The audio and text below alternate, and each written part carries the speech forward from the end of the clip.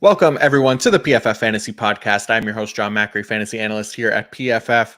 And it's another Waiver Wire Tuesday, and not just any Waiver Wire Tuesday, but the final one before the fantasy football playoffs for the majority of fantasy leagues, that is. So this could be a crucial week for picking up the pieces to help you make that final push to get into the playoffs or help you build enough depth to survive the fantasy playoffs. So who better to get us through it than PFF's lead fantasy analyst, the great Nathan Jahnke. Oh my God. Nate, how are you, sir? I'm doing well. It only took you 6 months of doing the podcast to almost mess up my last name, so I will take it. But I'm doing well. Had a good week this past week of football. Scott Fishbowl had half of my roster either injured or on bye weeks, and ended up scoring more points than I usually do without them. So advancing in the Scott Fishbowl, happy to see that. I did get knocked out of my one guillotine league, which I enjoy guillotine leagues, and I needed Trevor Lawrence to be held under 21 fantasy points, and he scored those two touchdowns back to back, got just over the points needed. So I'm like, okay, rooting for an interception, rooting for a fumble, and then unfortunately he got injured. So it didn't help me there, and also it's disappointing to see, and hopefully he's not out for too long. I hope not. Yeah, it didn't look good last night. And I mean, I don't know why they didn't get that man a cart, but they made him walk all the way to the locker room. So maybe that's like a good sign that he'll be okay. I don't know. I'm not a doctor, but the initial injury obviously did not look good, which was a pretty big bummer because I think it was like his third straight top 8 fantasy QB finish here this week. So really strong performances. Thread together there by Trevor Lawrence, which obviously is going to be a huge bummer if he misses time. But yeah, man, the quarterback's just dropping like flies this year. It's been pretty tough to watch. But that game last night was electric. That was a really fun one. We got a lot of fantasy goodness out of that game. I mean, Jake Browning was a stud. So was Joe Mixon, who may not have been out there as much as we had hoped for fantasy purposes, but still finished as the RB1 on the week. Got a couple touchdowns in there, but we did see a fairly high dose of Chase Brown and Travion Williams as well, Nate. So let's start with the Bengals running backs. And was there any specific usage towards maybe making Chase Brown a potential waiver wire claim as we're talking waivers today? Yeah, like you said, this was an exciting game to watch and an exciting game to write about. Usually, the Bengals and Jaguars aren't teams that, on our top 10 recap we did yesterday, we're rarely talking about those two teams because they have a clear top running back, 3 clear top wide receivers, and Jacksonville has a clear tight end, Cincinnati has a rotation. So typically not much to talk about for either of those teams, but Chase Brown got involved very early in this game. Mixon started the game, played on first down, but second down, Mixon was rotated out. Chase Brown rotated in, and that in itself was surprising just 2 plays in because Mixon has had a very strong hold on the first and second down role in Cincinnati. He's had that role for a number of years now, plays a very high percentage of those snaps, was second in the league in first and second down snaps outside of 2-minute drills over the first 12 weeks of the season, only behind Josh Jacobs. So the fact that he'd get rotated out on the first drive at all was surprising. The second down on the first drive, Chase Brown came in again. Brown ended up with 5 carries in the first quarter. And considering he barely played before this point in the season, I know he spent some time on injured reserve, so that contributed there. But he was only seeing typically 1 snap a game early in the season when he was healthy. So this was surprising, and Brown played very well. He was averaging, I think, around 7 yards per carry. He broke a 31-yard run in the second half, so that helped him there. As the game progressed, and it remained a close game, especially in the fourth quarter and overtime, we were seeing more and more of Mixon, and it was still Mixon at the goal line, which led to his 2 touchdowns. So Mixon's fantasy value in this game was just fine. But this kind of makes a lot of sense too, considering Mixon spent all of offseason. We were wondering if he was going to be released from the team for salary cap reasons since they had to sign Joe Mixon. They have a number of players with expiring contracts at the end of this year. And Mixon's contract is one that they could cut him, and it would give them some cap space this upcoming year. So it makes sense for them to want to see what they have in Brown before going into next season and knowing if they have a running back on the roster or if they need to keep Mixon or just have more information that way. So I think Brown is someone who could be an intriguing waiver wire target, especially if the Bengals reach a point where they're no longer in the playoff chase. But after this game, they got the win. They're uh, kind of right there in the playoff chase with like four of the AFC teams currently in the playoffs with backup quarterbacks right now. So if that's the case, I'd expect Brown to only be sprinkled in like he was in this game. But if the Bengals do get eliminated at that last or second to last week of the season, I wouldn't be surprised if we see a lot more of Brown. And especially now that we're outside of bye weeks, there's just two teams left with a bye week this week. So if you have spaces on your bench for handcuff running backs, Brown is someone that might be worth having over some other handcuffs just because he is getting that playing time right now. Yeah, I like it. That's a good call, and yeah, we'll see what the Bengals can do as far as the playoffs go. I mean, they are 6-6 right now. Steelers and the Browns are 7-5, and they're playing with backup quarterbacks as well. So it should be an interesting finish to the season here. But anything else from the Bengals for you? Because I mean, other than that, like we learned that Jamar Chase, his fantasy value isn't dead yet with Joe Burrow out for the year. He posts a monster game, 11 catches, 149 yards, and a touchdown.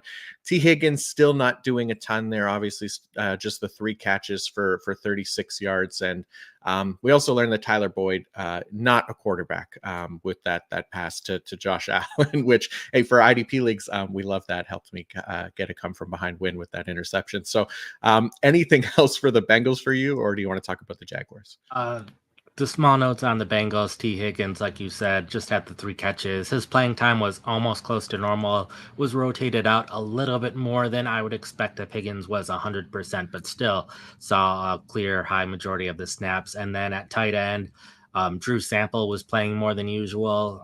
He's been used sometimes on third downs as like a second tight end in place of a running back to help in blocking situations.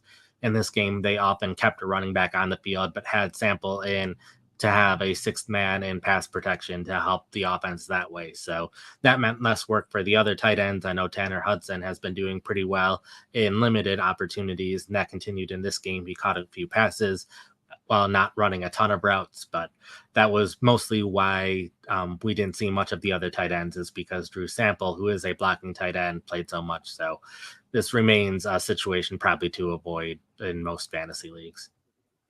Yeah, good point. All right, let's talk about the Jaguars then, because obviously we saw the Trevor Lawrence injury. We don't know anything yet as far as how long he'll be out, but we also saw Christian Kirk get injured. We saw Parker Washington mix in there. Obviously, some more Zay Jones as well. So as far as the Jaguars wide receivers, what did that situation look like with Christian Kirk out of the game on the first play? I believe it was, right. Oh, yeah. First offensive play for Jacksonville. He catches a 26-yard pass, suffers the groin injury. It was around halftime that he ended up getting ruled out. Tim Jones, who has seen significant playing time this season with Zay Jones, Jamal Agnew at times missing time, and Agnew still on injured reserve. Jones initially replaced Kirk, but then Washington later on the drive replaced him, and Washington ended up with a lot more playing time. So this is another late round rookie who really hasn't done much this season, has spent time on injured reserve, and ends up having a very good game, catches 6 passes for 61 yards, scores his first touchdown, and he didn't have any receptions in the NFL prior to this point. He was inactive for the first 3 weeks of the season. Week 4 played 1 offensive snap and was injured and ended up on injured reserve.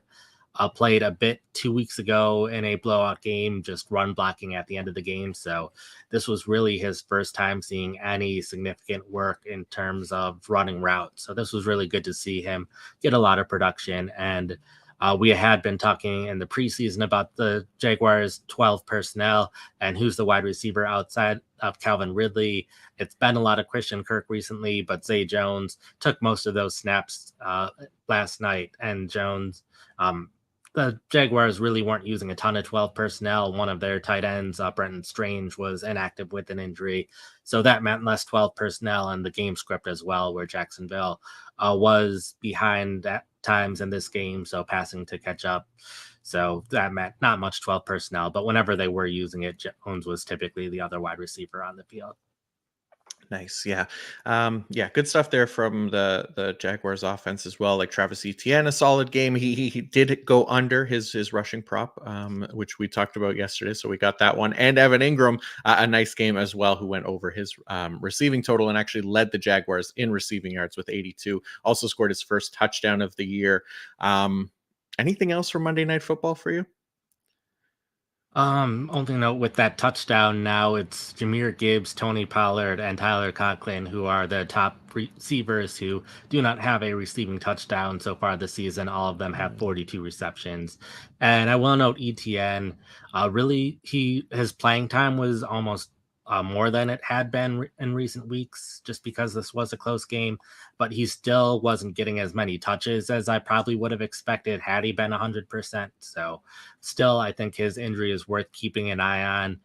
You're still probably starting him, even if he's limited in practice all week. But I think it's a difference between ETN being a top five fantasy running back and just a starting fantasy running back. So hopefully he is able to better recover from his rib injury, especially after Trevor Lawrence's injury. Yeah, for sure. All right, so that's going to wrap up Monday Night Football here. We'll get into the waiver wires now in just a sec. But first, a quick shout out from our presenting sponsor, Fabric by Gerber Life. Fall is all about the back to school and back to routine checklist, and the most important task on that list should be securing your family's financial future, starting with life insurance. Fabric by Gerber Life makes it quick, easy, and affordable to protect your family so you can get back to enjoying life.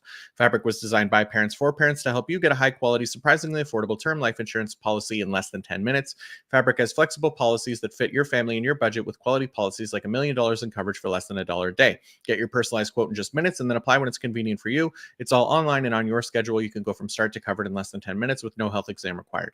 Join the thousands of parents who trust Fabric to protect their family. Apply today in just minutes at meetfabric.com/fantasy. That's meetfabric.com/fantasy. meetfabric.com/fantasy. Policies issued by Western Southern Life Assurance Company, not available in certain states. Prices subject to underwriting and health questions. All right, Nate. It is do or die for a lot of teams in this final week of the fantasy regular season. And step one, really, in getting it done this week starts with the waiver wire. So let's get this thing going and start with some quarterback options. And a name that we've talked about a few times on this list before leads the way, but it is Josh Dobbs of the Minnesota Vikings, who is rostered in 47.4% of ESPN leagues. Still out there. There was some discourse recently about the team potentially going away from Dobbs at quarterback after that rough game in week 12, but I don't know. I mean, it doesn't feel like there's necessarily great options there in Minnesota to replace him. So, how are you feeling about Josh Dobbs here going forward? I'm feeling decent about him, and I will mention in general we have a lot more guys to talk about than usual today. Since, like you said, this is the last week of the fantasy regular season, so a lot of people looking to help this week, but also with the fantasy playoffs coming up, plenty of people have locked up spots. I've locked up first round buys in some of my leagues, so I'm not necessarily looking ahead to this week, but I'm looking ahead 2 weeks from now and who I should secure then. So we have lots of different guys depending on what you're looking for. But Dobbs is someone who, regardless of what you're looking for, I think could be a great option. Was released in a number of leagues, both because of the 4 interception game he had on Monday Night Football over a week ago, and then they had their bye week, so he wasn't helping anyone last week in fantasy football either. And there is a chance that he could lose his starting job, but the big thing is he is getting Justin Jefferson back, or at least we believe Justin Jefferson's coming back. All indications were that he'd be back after the bye week. So having arguably the best wide receiver in the NFL to throw to after not having him all season long, at least in Dobbs' case, that could be huge for his fantasy potential. And the Vikings have a fairly decent schedule going forward. They face the Raiders, the Bengals, the Lions, and the Packers, all teams who these should be competitive games where the Vikings will need to throw a lot. And and teams that have allowed plenty of fantasy points to quarterbacks as well. So, according to our strength of schedule tool, the Vikings have the best schedule for quarterbacks going forward. So, Dobbs is someone who had plenty of top 12 finishes throughout the season, both in Arizona and in Minnesota, particularly recently prior to the four interception game. So, I'm not going to let one bad game get in the way of what I think Dobbs can do over the rest of the season with Jefferson. And even if we do find out today or later this week that he is benched, and Nick Mullins would probably be the quarterback that would be starting if Dobbs is benched, I would still be fine picking up Mullins, even if you're desperate for a quarterback or are in a two quarterback league, because Mullins would therefore be taking advantage of this schedule and having these great receivers to throw to, even if he doesn't have that rushing upside. And another note there, TJ Hawkinson has been playing injured. Hopefully, after the bye week, he's a little bit healthier and he was productive even with the injury, but he could be doing even better if he's closer to 100% as well. Yeah, and then just in regards to Dobbs too, like there's definitely a ton of recency bias in fantasy football, right? And for fantasy managers, and some of it is justified, sure, but I think Dobbs has definitely earned another shot here. Just again, a really bad night there on Monday Night Football in Week 12, but prior to that, with the Vikings, he was QB3, QB4, QB12. I mean, he was basically thrown right into the fire there in week 9, right when Jaron Hall got injured, and he was really solid. Rushing touchdown in 3 straight games prior to that Monday Night Football game, had thrown at least one passing touchdown in there as well. So I feel like he's earned another shot. Hopefully, the bye week gives him another chance to kind of work with the team in a little, with a little more time and practice reps. So I think they give him another shot here, at least for another week, as long as he doesn't have one of those 4 interception games again. But I think he'll be okay. All right, let's move to a quarterback who has finished inside the top 8 fantasy QBs in back-to-back weeks. He's a Super Bowl champion. And would you be interested if I told you he's currently rostered in 32.1% of ESPN leagues? I am talking, of course, about Matthew Stafford. Nate, he was just QB6 for the week and did it against the vaunted Cleveland Browns defense. Hard not to love that. Oh, yeah, 279 yards, 3 touchdowns, which was great to see. The only problem is before these past 2 weeks, he was very consistently outside of the top 14 or so fantasy quarterbacks. Just consistently gets 200 to 300 yards, typically scores a touchdown. It doesn't help when Sean McVay has Kyron Williams on his fantasy team, supposedly, which he said is a joke, but we'll see about that. But um, the big thing with Stafford as well, though, is the schedule isn't great over these next 4 weeks, with one clear exception, week 15, where he plays the Washington Commanders. Washington has allowed the most fantasy points to quarterbacks so far this season. So I think if you are looking to pick up Stafford, I would be looking specifically if you want a quarterback for week 15. Stafford is the clear waiver wire person to get specifically for that week. Yeah, for sure. And like you said, he had only thrown, I think, 9 total touchdowns in the 9 games prior to the last 2 weeks, where he's thrown 7 total touchdowns over the last 2 games as well. So he's been playing really well as of late. I know their offensive line has been playing a bit better as well, which is good to see, obviously. And he has the weapons there: Puka Nacua, Cooper Cup, Kyron Williams, Tutu Atwell, guys like that. So could be a nice matchup, especially in Week 15, like you said. Okay, we've talked a lot about Derek Carr on this waiver wire show in the past few weeks because we love the fantasy friendly schedule the rest of the way. But Derek Carr is injured with checks, notes, everything. So it's the next man up in New Orleans. And that man just so happens to be the legend, Jameis Winston, who is available in 99% of ESPN leagues. Nate, are you more, less, or equally optimistic that Jameis can deliver the fantasy production that Derek Carr was potentially going to give us in the next few weeks?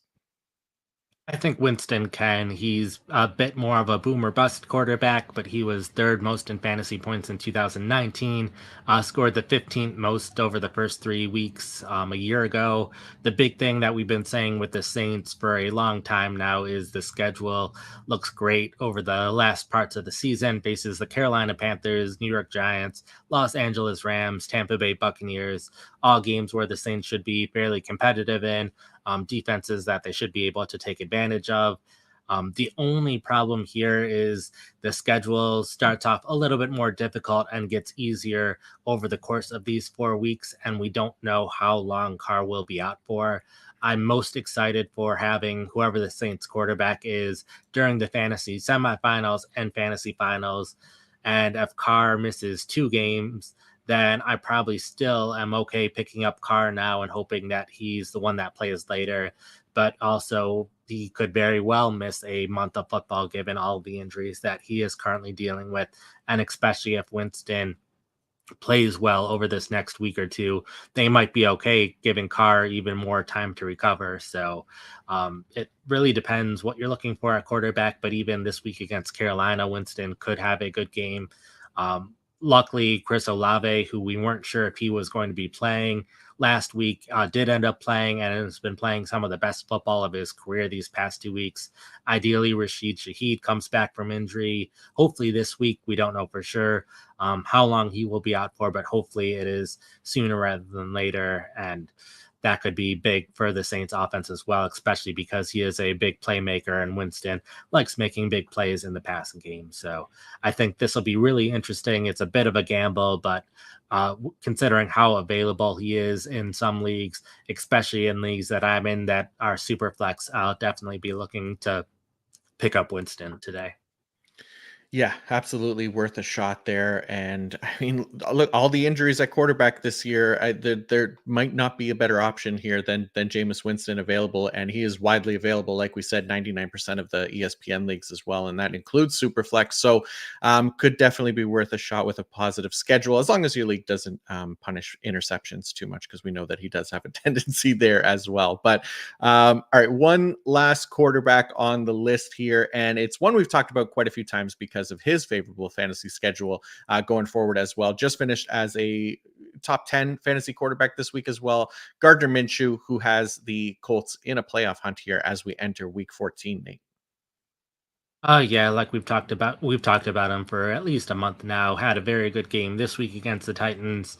Now with Jonathan Taylor out for at least 2 more games, it sounds like he'll be out at least the next 2 to 4 games. So that could be the entire rest of the fantasy football schedule.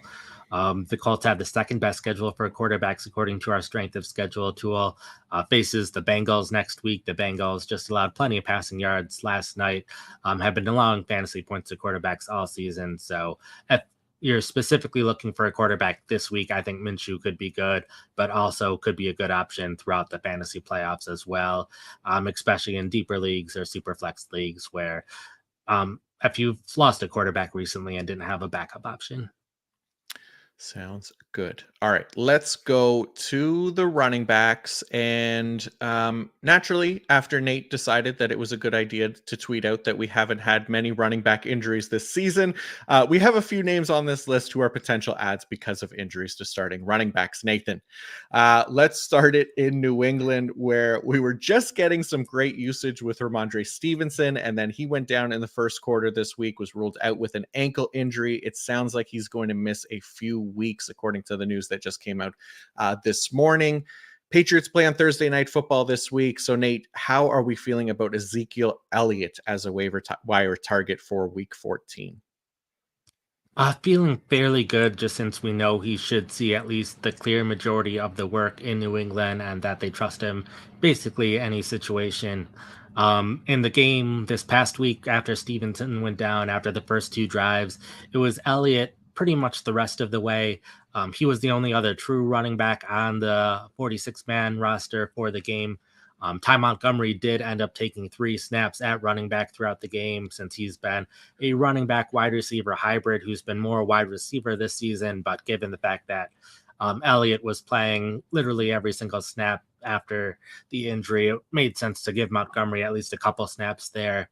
They do have Jermichael Hasty on the roster, was waived by the Jaguars a couple weeks ago. We haven't seen Hasty play for the Patriots yet, but I'm going to guess Hasty will be the backup.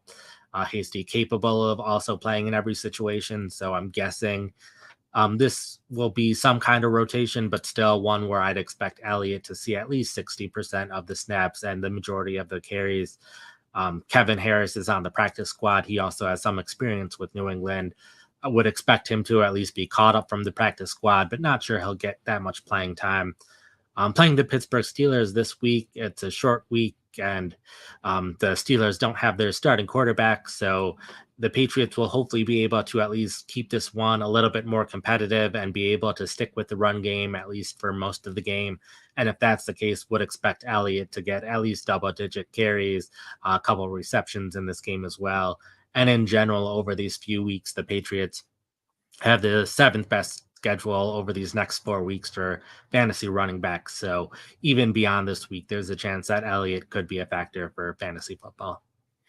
Yeah, for sure. And look, the Steelers, not like they've been amazing keeping fantasy running backs off the board either. They did just get dominated by James Conner in Pittsburgh as well. So there's potential there, especially if Elliott can absorb a lot of that passing down work as well. I think we did see him run a season high 52% of the team's routes this past week with Stevenson out. So that is at least a good sign that he's going to get a lot of that passing work as well. So moving on to the next name on the list, and another potential injury related one, Nathan.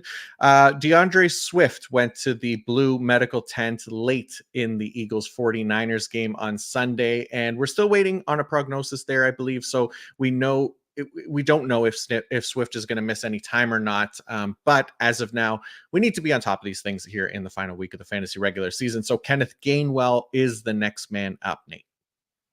Yeah, they didn't really announce anything, which was a little surprising, but also Julio Jones only played in the first quarter of that game, and I had not heard a single thing since then or during the game of what happened to him. So, not really sure what's going on in Philadelphia, but Gainwell is someone that we've mentioned in the past as a handcuff option, and it's really because of what he could potentially do in the fantasy playoffs. They face the Seattle Seahawks, New York Giants, and Arizona Cardinals.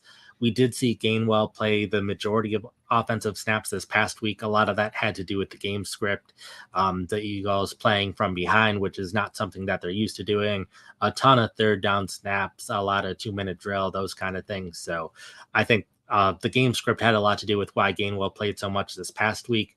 But specifically, F. Swift is injured, or even if Swift isn't injured, the Eagles facing a team like the Giants or the Cardinals, those are games that could be complete blowouts. And if Swift is playing but not 100%, we could see a ton of Gainwell in those games of the Eagles up by a couple of touchdowns and just running out the clock late. So Gainwell could see significant work regardless.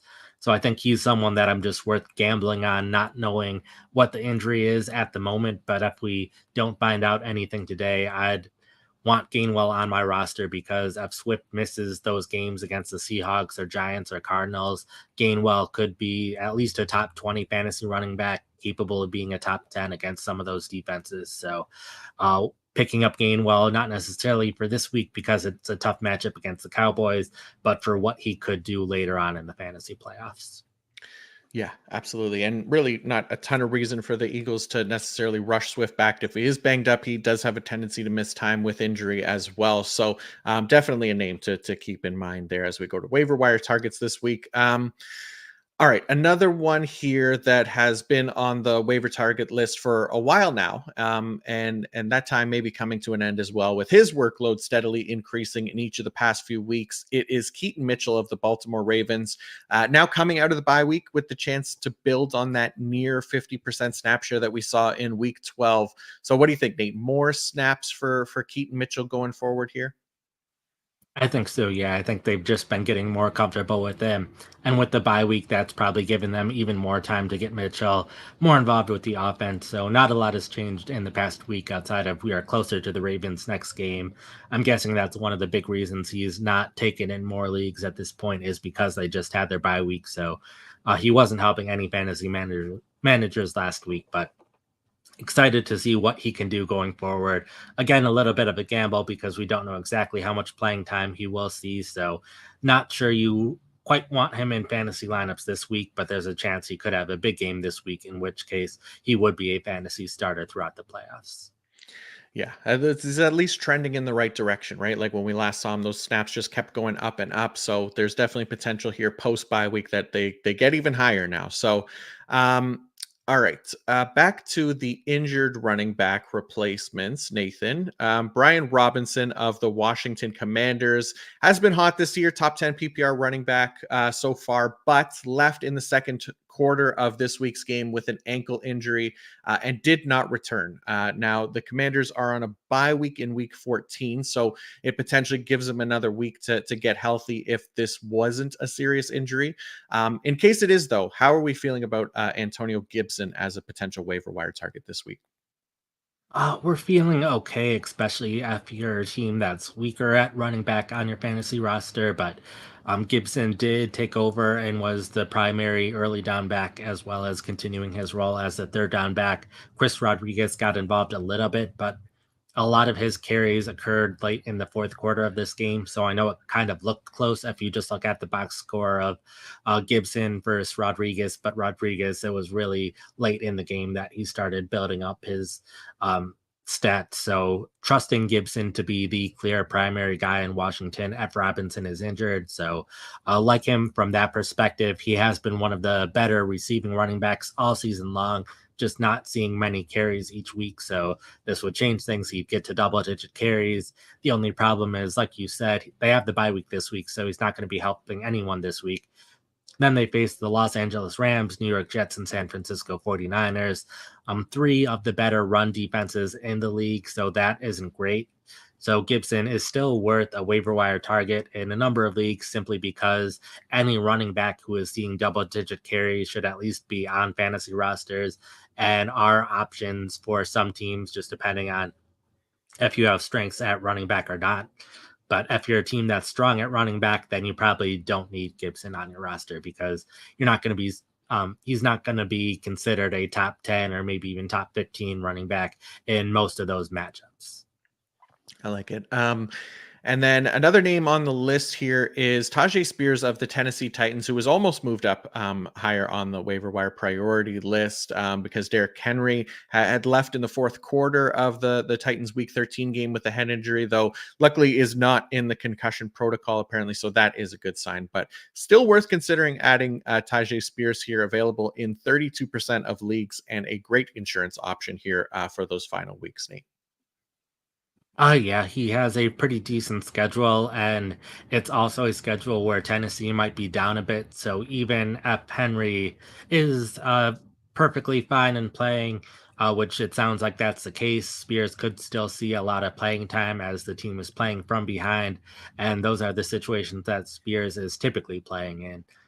It was good to see him get a decent bump in snaps once Henry was out, so we know that Spears would be a clear running back if Henry does miss time. But like you said, it sounds like he will be good. So at this point, he's just arguably the top handcuff option to pick, even though he doesn't have that clear path to snaps at the moment. But especially after the helmet hit Henry took, they might be a little more cautious with him than usual. So that makes Spears an even better handcuff option than what we were considering these past few weeks. Yeah, makes perfect sense. And then next up is a player who might just be more than a handcuff. It's Roshan Johnson of the Chicago Bears, who really dominated the snaps last time we saw him in Week 12. It was like 3-1 over Khalil Herbert last game that the Bears played. So Nate, how are we feeling about Roshan Johnson coming off a bye week? I'm feeling decently good about it. I will also note Chase Brown, the guy that we were talking about at the start of the show with the Bengals. This is probably around where I would slate Brown for who I'd consider, but Johnson at this point as well, like you said, played very well on that Monday Night Football game prior to their bye week. The big thing there is Deontay Foreman was inactive in that game with an ankle and shin injury. We don't know his status at the moment, but after the bye week, a decent chance that Foreman could be ready to play again, and he's been the primary early down back. Johnson, the primary third down back. So I wouldn't be surprised if we are back to that kind of split. Um, they also don't have the best schedule for running backs, faced the Lions, Browns, Cardinals, and Falcons. At least three of those four teams have been pretty good against fantasy running backs so far this season. So Johnson is just someone worth considering, especially if they are starting to look more ahead towards the future, in which case Johnson is probably more likely to be a long-term option for Chicago than Foreman is. And having played him so much over Herbert 2 weeks ago, there's a chance that Johnson could be an every down guy for Chicago going forward. So it's a risky chance because he might be part of a three-man committee again. It's risky because of the schedule, but there is at least that path to double-digit touches each week over the rest of the season. Nice. And another player here who is still technically a handcuff, but kind of closing the gap. It is Ty Chandler of the Minnesota Vikings, currently playing behind Alexander Madison, but like I said, closing the gap there in Minnesota. So potential for Ty Chandler, Nate. Yeah, this is just a case of the Vikings have been kind of changing what they've been doing at running back every week. Sometimes in the middle of games, we'll have something different over the first half compared to the second half. Chandler has been playing close to as well to Madison throughout the season since Chandler has been back to being the number two running back. So a chance that he is able to take over as the starter. He was someone that, especially uh, leading up to this week, seemed like one of the better options because there were so few running backs who had a chance to be a starter without an injury. But now we've had all of these injuries to running backs. So now he's much further down the list, but still someone that I think could win or take over as the starter without an injury. And that alone makes him at least worth considering in some leagues. Awesome. And then last couple names on the list here, a few guys that we've talked about a few weeks in a row now, just available in those deeper leagues, is Leonard Fournette of the Buffalo Bills, rostered in just 3.4% of leagues, and Zamir White of the Las Vegas Raiders, rostered in 0.5% of ESPN leagues. So for anybody that hasn't heard the past few weeks us talk about these guys, maybe a quick summary of why we like Fournette and Zamir White for those deeper leagues. Oh yeah, Fournette, just simply he's been a fantasy starter before. There was a report earlier this morning that he said he's ready to go. So the Bills just had their bye week. So if there's any week where they're going to bring him up off the practice squad, I think this would be the week. I think if he's not caught up from the practice squad this week, I'm probably not going to be including him in the future iterations of this article. And then Zamir White, I'm trying to include at least some of these handcuffs who are available and have good schedules over the rest of the year, just in case the starter gets injured. In two of the three cases, the starter did get injured this past week. So hopefully not jinxing things for Josh Jacobs, but the Raiders do have a decently favorable schedule for running backs over these next few weeks. So White is the player to consider, especially in deep leagues where a lot of the guys that we talked about before are already taken. All right. And before we go on to the wide receivers, I want to let you know that this podcast is brought to you by Prize Picks. And Prize Picks is a skill based, real money daily fantasy sports game. How does it work? You pick 2 to 6 players, and if they will go more or less than their Prize Picks projection, you can win up to 25 times your money on any entry. So, Nate, what is your prop for the Prize Picks options this week? I'm going with Deontay Johnson getting more than 39.5 receiving yards. I know they have Mitchell Trubisky at quarterback now, but looking back at Trubisky's time with the Steelers so far, he seems to pretty heavily favor Johnson.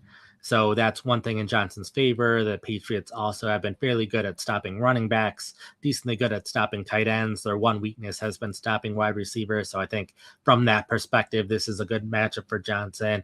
And then also considering the Patriots are one of the teams that uses man defense the most. Both Johnson and Pickens play better against man than zone.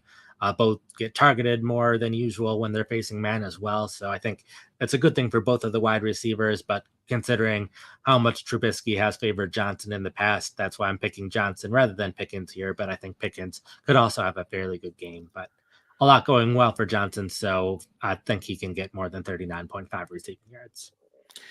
I like it. Yeah, I like the over there, but as we know now, I'm an under guy. So I'm going with an under pick here, and that is I'm going with Jackson Smith in Jigba under 44 and a half receiving yards, going up against the 49ers this week. 49ers tied for the fewest yards allowed per coverage target when teams are targeting the slot at 6.3 yards. They're also allowing the third fewest yards per attempt this season. at 6.22. Jackson Smith and Jigba last game against the 49ers posted 41 yards, saw just 3 targets as well. So I'm gonna ride the under train here. We worked with Travis Etienne last night. We'll see if it continues to work here as we continue to ride the unders. At Prize Picks, you aren't competing against other people. It's just you versus the projections. Go to prizepicks.com/PFF Fantasy and use code PFF Fantasy for a first deposit match up to $100. Again, that's prizepicks.com/PFF Fantasy and use code PFF Fantasy for a first deposit match up to $100. All right, let's turn our focus to some wide receivers now and start off with another recurring character from this waiver wire list. It is Romeo Doubs of the Green Bay Packers, Nate. And this one is because we did see Christian Watson have a bit of a hamstring issue on Sunday night, though we don't know how significant of an injury that is. But if he misses time, then that really only adds to the potential here for Romeo Doubs, who's been really solid this year. Oh yeah, he had a very good game on Sunday Night Football. Caught 4 passes for 72 yards. Did that even with L'Jarius Sneed shadowing him. Sneed has been shadowing wide receivers all season long. Thought it would be Watson that he'd be shadowing coming into the game, but the fact that he was shadowing Dobbs still caught 72 receiving yards. That was really good to see. 36th in targets on the season and fifth most in touchdowns. So that's been great. And Jordan Love's improvement plays a big factor in all of this. Jordan Love, we've been talking about for the past couple weeks, has been grading really well, and that just keeps getting better. I believe was the highest graded quarterback this past week. Not 100% on that, but believe Love. I know at least he graded very well this past week. And then the schedule, at least over these next 2 weeks, are very favorable for Packers wide receivers. They play the New York Giants, they play the Tampa Bay Buccaneers, ranked fifth and fourth respectively in terms of allowing fantasy points to wide receivers. So that is also great. So I think Dobbs is kind of the clear top option if you know you need a wide receiver this week or the week after that. Jaden Reed is someone else that we've been talking about a lot here, but the Packers this past week shifted a little bit away from using so much 11 personnel. We're using more 12 personnel, was even using some 21 personnel, and Reed only plays in 11 personnel. And with how well the Packers have been winning, facing the Giants and Buccaneers, both teams that haven't been doing as well. The Packers might again not use as much 11 personnel, which means not as much Reed on the field. So I think that makes Dobbs the clear option in Green Bay to take advantage of these matchups. Yeah, and like you said, Jordan Love has been he's been excellent lately, and he was the highest graded quarterback this past week, both overall and in terms of passing grade. And since week 9 as well, he has the fourth best passing grade in the NFL, an 89.9. And then as far as overall offensive grade, he is fifth among quarterbacks with a 90.3. So he has been much better compared to those first 8 weeks of the season. So really positive stuff there for Jordan Love and his passing options. All right. We talked a bit about this next name a little bit yesterday. Tank Dell is done for the year after suffering, I guess, ankle leg injury. Big loss for fantasy managers, obviously, but there's still room for another wide receiver in Houston to be fantasy relevant, Nate. So who is the next man up here for the Houston Texans? It is Noah Brown. We saw Brown have 2 games of 150 plus receiving yards recently. Then he missed a little bit of time due to injury. But after we saw Tank Dell go down with his injury, Brown was playing fairly consistently in both 11 and 21 personnel. They weren't using much 12 personnel in this game due to the injuries they've had at tight end, but wouldn't be surprised if they start using 12 personnel again in the future that Brown is again on the field. And they have 2 difficult matchups coming up, one against the Jets, one against the Browns, the top 2 teams at stopping fantasy wide receivers. But then they also have 2 matchups against the Tennessee Titans. So Titans have allowed plenty of fantasy points to wide receivers. I know Nico Collins is coming off of an excellent game, but we've seen different wide receivers shine in wide receiver from one week to another. And especially if the Tennessee Titans defense is focused on trying to stop Collins, that would leave Brown available to make some huge plays in those games. So not picking up Brown to start him this week, but against those 2 games against the Tennessee Titans in the fantasy playoffs, I would at least consider starting Brown if you need a wide receiver in those games. Awesome. All right, another injury-related option here, because Amari Cooper left the Week 13 game with a concussion. So for the Browns, not quite the passing offense that the Texans are, who we just talked about, but maybe there's some hope for Elijah Moore if Cooper misses time, because Moore has had his moments this season, but nothing consistent. So coming off a strong game in Week 13, potentially no Amari Cooper, maybe Elijah Moore can string a couple strong fantasy performances together. Neat. Oh yeah, Moore had 12 targets in this game, so good to see him see a ton of targets. There was talk before the game that Moore could have a big game because Joe Flacco was at quarterback, and Flacco targeted Moore a lot in their time together with the New York Giants. So that kind of also probably contributed to what happened in this game. We don't know who's going to be starting for the Browns at quarterback this upcoming week. But I think the Browns play the Jacksonville Jaguars next week. We saw Jacksonville give up a ton of passing yards last night, and they've allowed the 10th most fantasy points to wide receivers in general this season. So, especially if Cooper misses time, Moore would be the top wide receiver for Cleveland. And in general, I think the top wide receivers for teams should be at least rostered on teams. And in this matchup, it could be worth starting him this week. I like it. Yeah, like you said, season high 31% target rate this past week. But another name on the list, and we kind of touched on him a little bit here at the top when we were talking about the Saints quarterbacks, but Rashid Shaheed of the New Orleans Saints, rostered in 22.9% of ESPN leagues. We know that he missed last game with an injury, but with Michael Thomas on injured reserve, there's definitely been signs at least of him being more involved in week 12 prior to his injury. It was a smaller sample size, but I'm still feeling good about Rashid Shaheed's potential in this offense, with Michael Thomas out. Oh yeah, and that first game where Thomas was injured, Shaheed saw his target rate increase, and that target rate is really what we've needed to see out of Shaheed all season long. He's made a number of huge plays. He had that one game where he had, I think, three different plays for around 50 receiving yards each, so 150 receiving yards in that game. It just the consistent targets is what he's needed for us to be comfortable ever starting him in fantasy, and he was getting that without Thomas in the lineup. And then the previous game, when they knew Thomas wasn't going to be playing, Shaheed was seeing more playing time. He played 9 of the first 11 snaps on their first two drives, and then started dealing with the injuries after that point. So ideally, he's back in the lineup. Like we were mentioning with Jameis Winston earlier, the Saints have a very good schedule for the passing game in general these next 4 weeks. So the big thing is Shaheed needs to be healthy and playing. And if that's the case, I think he could be very valuable, but it's just risky because we don't know how much longer he will be out for. And even if he's back on the field, we don't know how close he will be to 100%.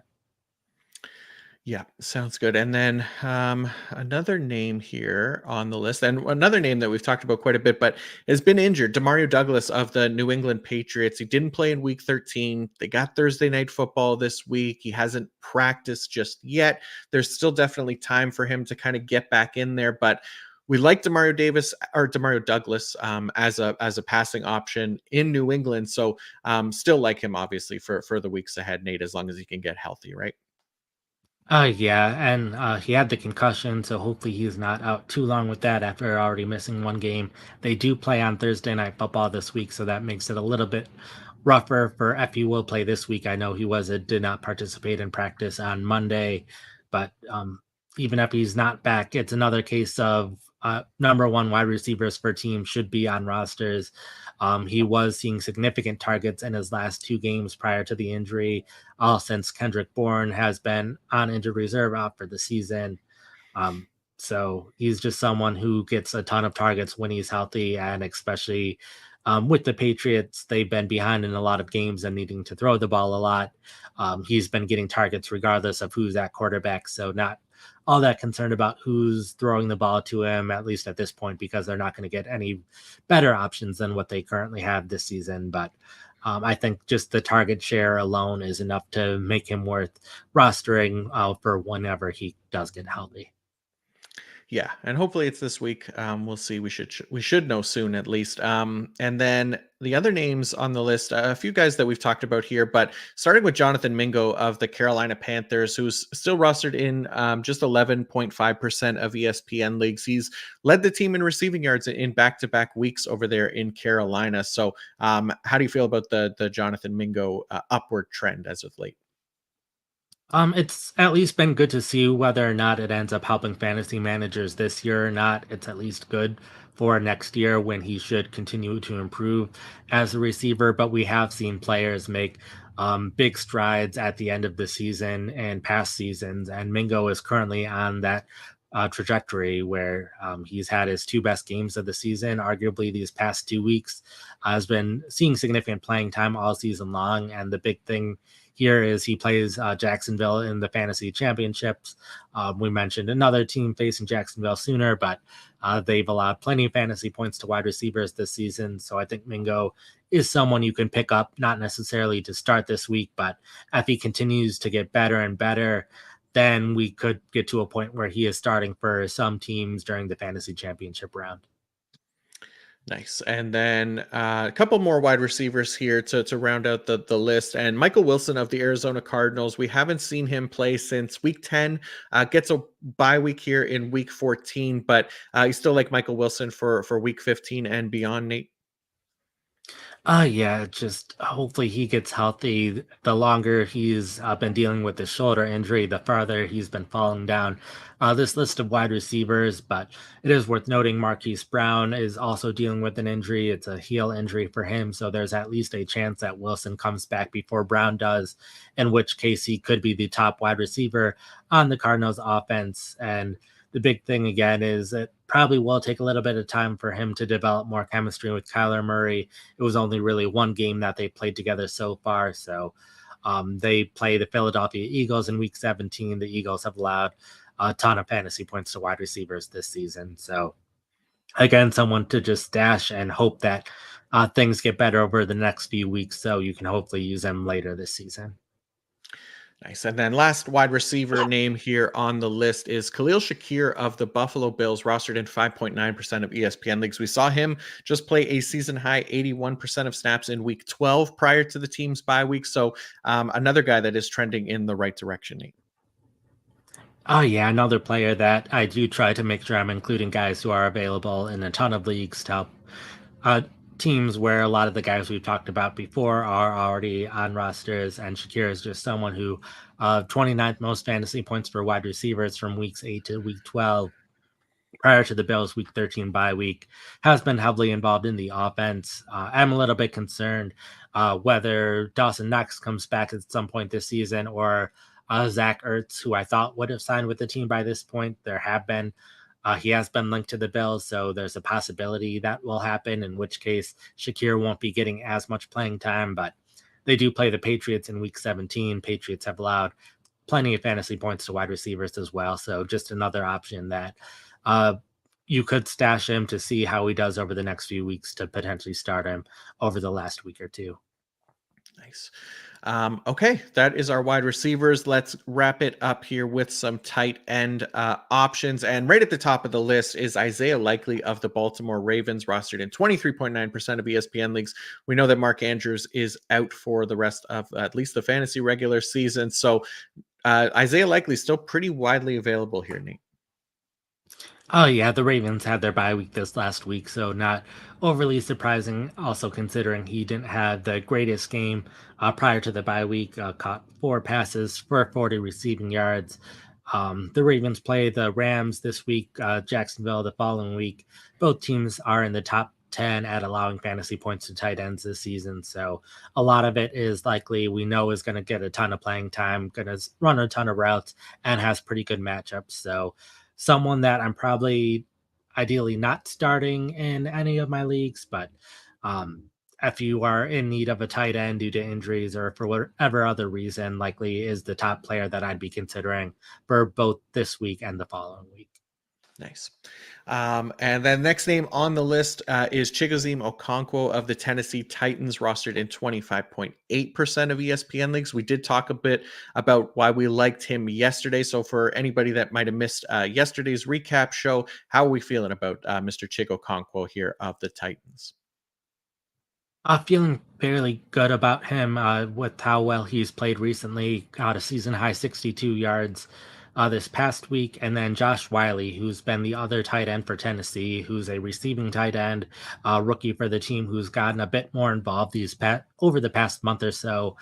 He also suffered an injury late in that game, so not sure how long Wiley will be out for.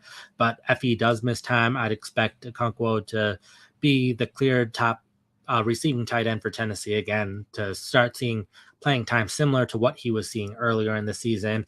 And two of the Titans' next four games are against the Houston Texans, who they will need to throw the ball a ton against the Texans. And the Texans have allowed the second most fantasy points to tight ends this season. So probably not someone I'd want to be starting this week, but someone that I'd pick up specifically for those two matchups in the fantasy playoffs.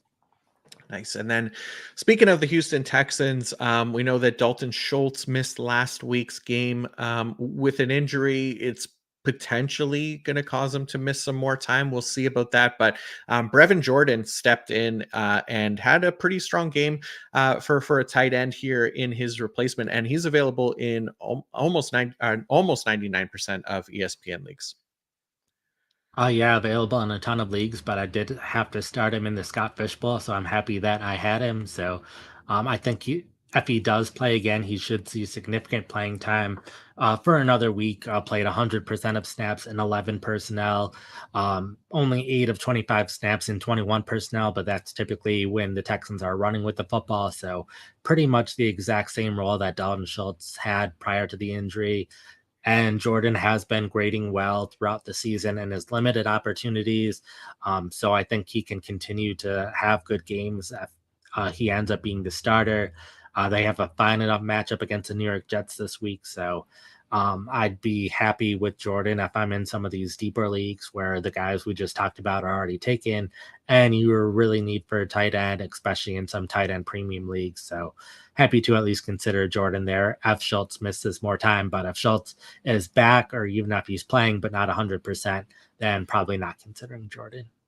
Yeah, makes perfect sense. Another name on the list, it's been a while since we've talked about Gerald Everett of the Los Angeles Chargers, rostered in 25.4% of ESPN leagues, but feeling a little bit better about Everett here in LA, Nate. A lot of this has to do with the Chargers' schedule. He's just been consistently okay for fantasy, or not even for fantasy purposes, just consistently putting up some numbers. It's always like not quite enough to be Yeah. where you would want him in your starting lineup, but the matchups are what I like about it. It faces the Broncos this week and during the fantasy championship week, and Denver's allowed the most fantasy points to tight ends this season. So if you're looking for a tight end this week, Everett could be okay because he is facing the Broncos, and for the fantasy championship week, he has the best matchup of the tight end. So uh, Everett gained 7 or more PPR points when he faced the Broncos in both matchups last week. The big thing is the Chargers do have a pretty heavy rotation of tight ends on and off the field.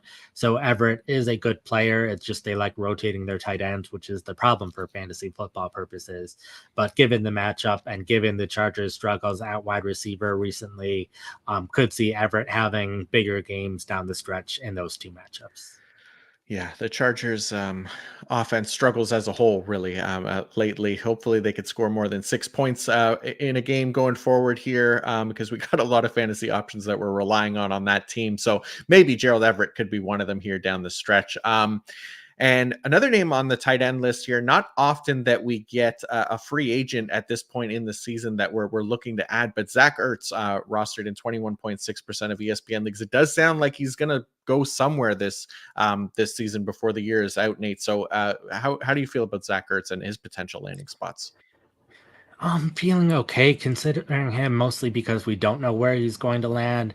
Unfortunately, I think the top two spots for him would have been Miami and Baltimore, but I haven't really seen him linked to Miami from any reporters, just a lot of fans who are wishful thinking at the moment, and me too, considering the Dolphins haven't had much production from their tight ends this season. So that's kind of the clear, obvious landing spot. And he does want to go to a team that's a Super Bowl contender, and plenty of them already have tight ends.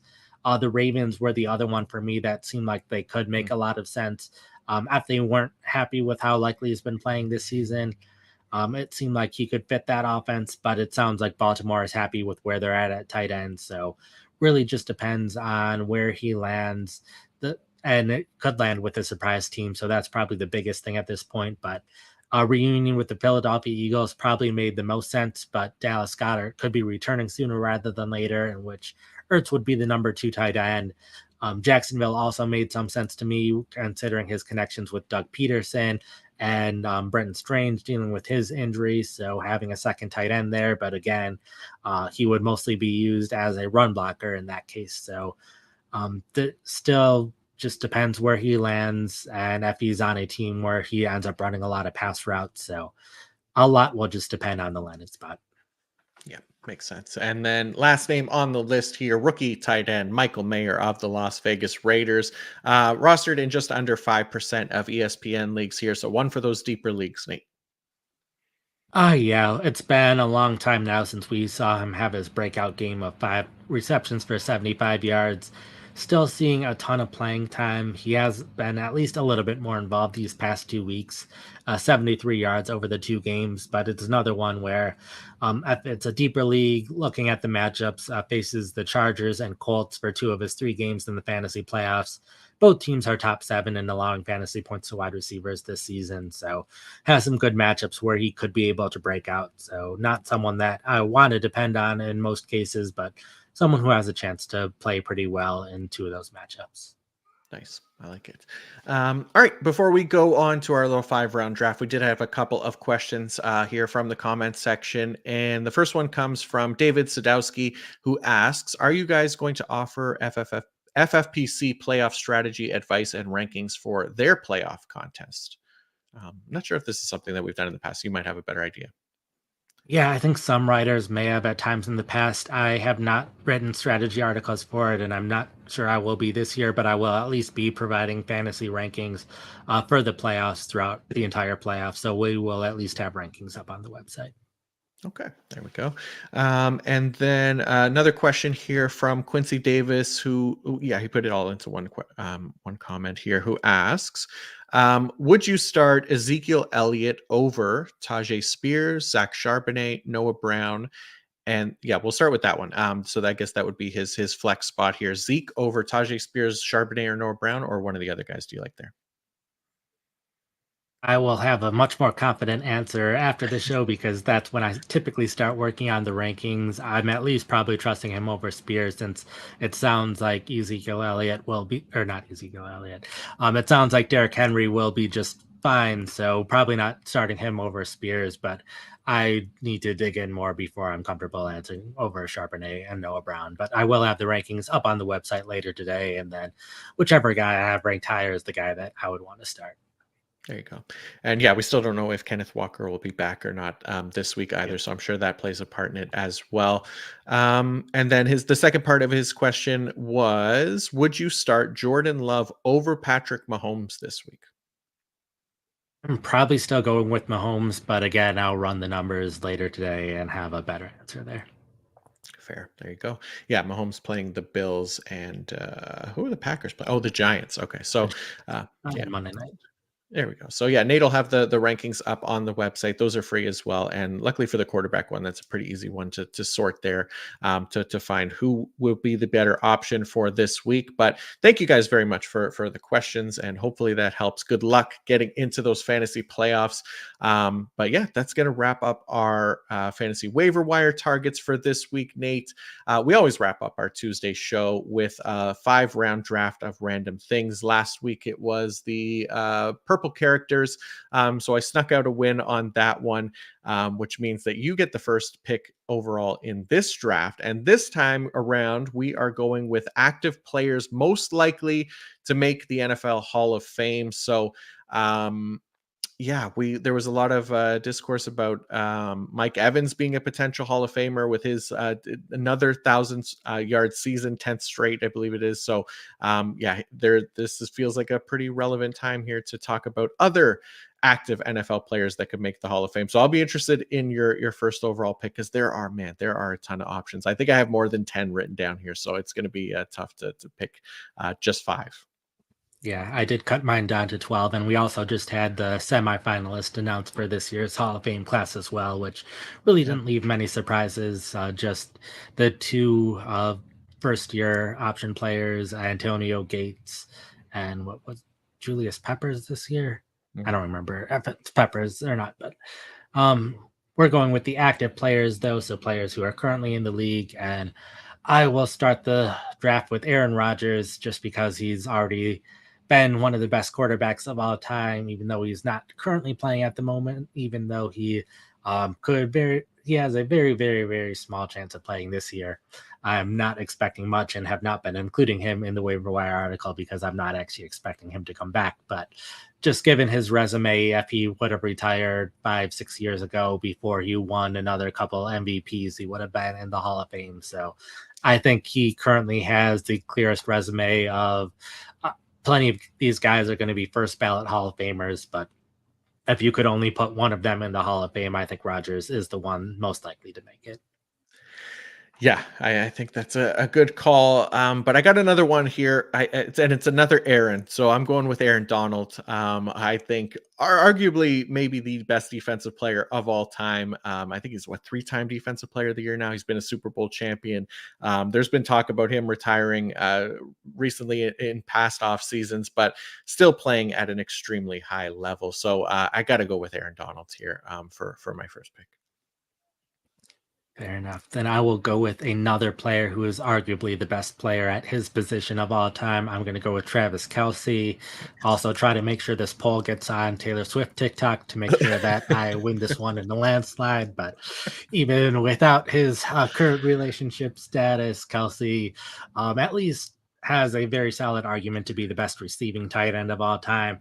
Obviously, the tight end position over the course of NFL's history has been a lot more to do with run blocking as well. So I can understand if someone wants to make an argument for someone who is a more well rounded tight end, but Kelsey, at least the best receiving tight end of all time, and could continue to build on his resume a little bit more over these next couple years.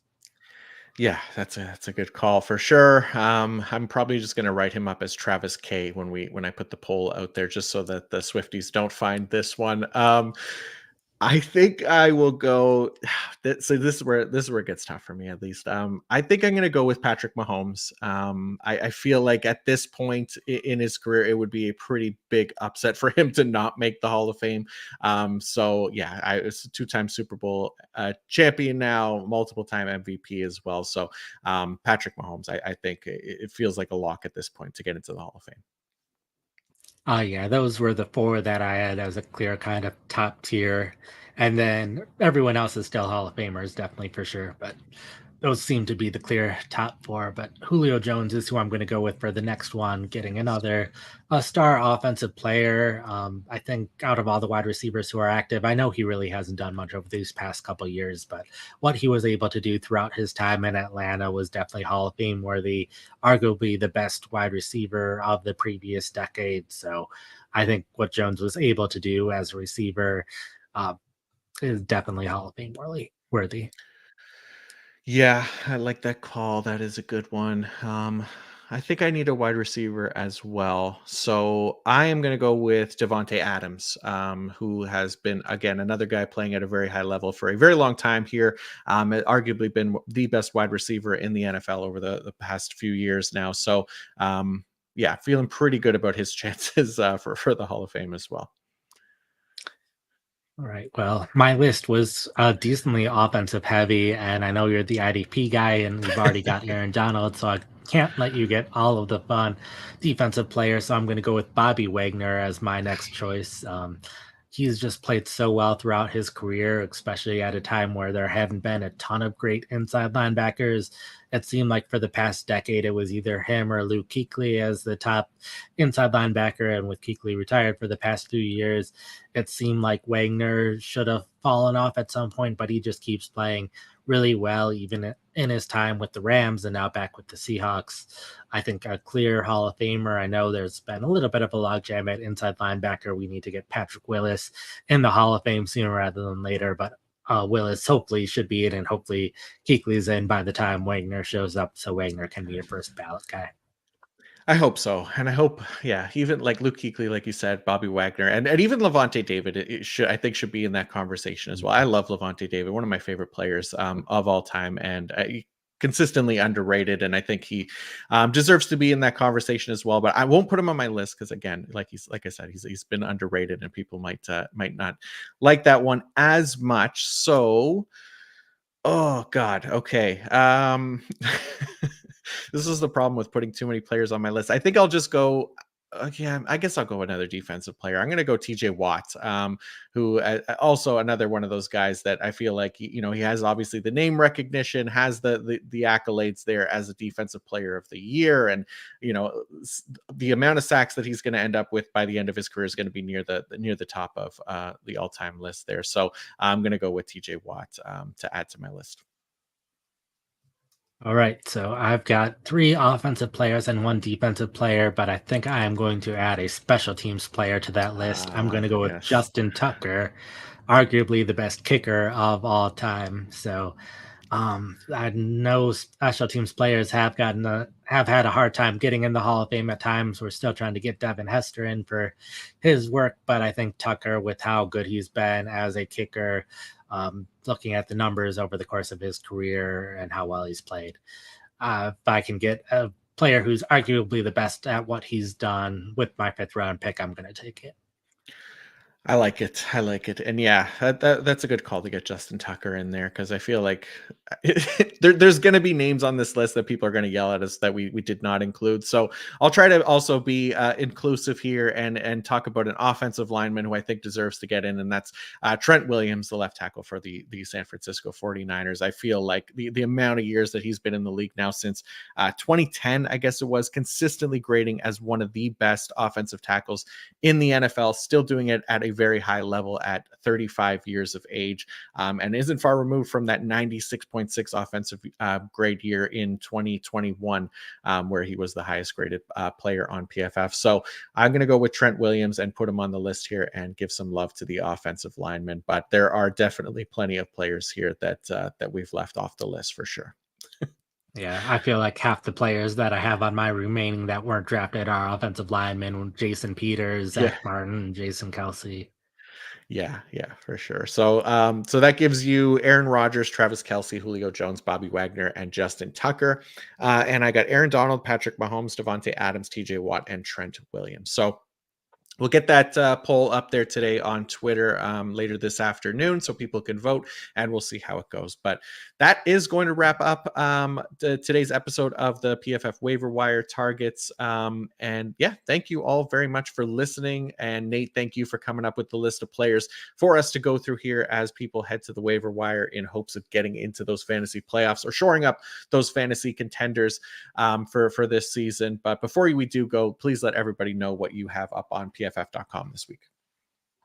Just one quick side note while I'm glancing on Twitter looking for more injury news, the Walter Payton Man of the Year nominees were announced, some over last night and some over today. We both got a Walter Payton Man of the Year nominee on our Hall of Fame list. Wow. I got Bobby Wagner, you got Patrick Mahomes, so both of them up for Walter Payton Man of the Year this year, so that's good to see as well. But what I have on the website, the recaps to all of the games over this past week are up.